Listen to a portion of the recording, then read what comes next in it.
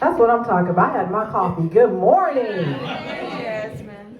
So, my name is Jasmine Canick. I'm a lot of things. I'm an elected Democrat in the party here. But most importantly, I'm a voter and I'm a black woman that lives in the city of Los Angeles. And that's really what matters. There was a time when hiring someone with a record of 3 arrests for rape, public assaults, threats against women, and a fresh restraining order for harassment would have been unthinkable. And I attribute Donald Trump's impact on our culture as a turning point in this erosion of our standards. His rise to power, the unapologetic tolerance of his own alleged assaults, vulgar comments, and open misogyny signaled to the country that personal accountability was no longer a requirement for public figures. I'm not afraid to say this man's name. Kevin De Leon has hired Najee Ali. Right. Let's say his name. His name is Najee Ali, who pretends to be a community activist and represent black people, right, who is upheld by public officials in our city, as well as the media. And Kevin De Leon has hired this man who has been arrested for rape 3 times and just had a restraining order against him last year. We owe it to our community, particularly to women, to demand higher standards from those who claim to stand for justice.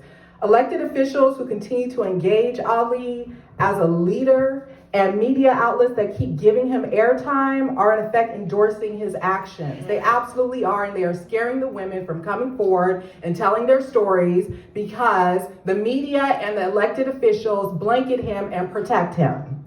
This complicity sends a dangerous message that some men under the guise of activism are exempt from basic accountability. It's time for people to stop nodding in private and start standing up in public like we are today. Enough with the silent agreements and quiet acknowledgments. It's time for elected officials, community leaders, community members, and the media to stop giving Najee Ali a pass.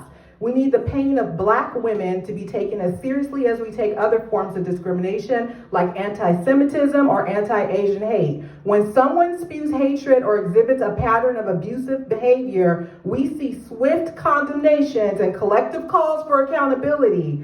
But when it's a black woman at the receiving end of the harm, the response is usually disturbingly muted. That's right. The double standard is blatant and it's unacceptable. If we're truly committed to justice and equity, then that commitment should extend to black women. We deserve to know that our voices, our pain, our safety matters just as much as everyone else's. And not just as talking points, but as causes worth fighting for publicly without hesitation. We can no longer allow people like Najee Ali to hide behind the privilege of being a community figure or an activist while perpetuating harm. And anyone else who thinks they can get away with it, we have to hold them all accountable just as we would any other public figure who fails to uphold basic standards of respect and decency.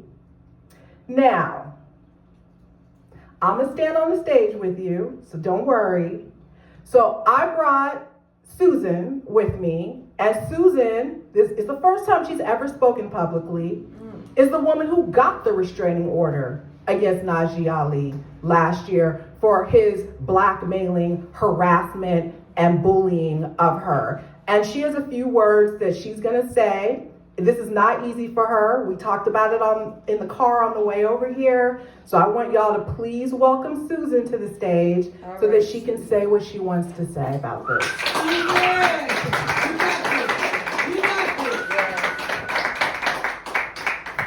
I'll hold the mic for you if you want. Oh, thank you.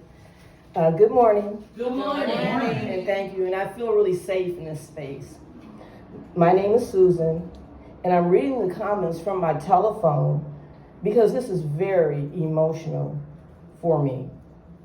I am the woman who got a restraining order against Najee Ali in 2023 after he choked me, harassed me, stalked me, and threatened to blackmail me. And this is just a few. Najee Ali is not the man he pretends to be in the community. Behind closed doors, he's a different person, a monster. I brought my evidence to court and a judge agreed and gave me a restraining order. That order expired in May but I still live under the fear of Najee Ali. Sometimes it takes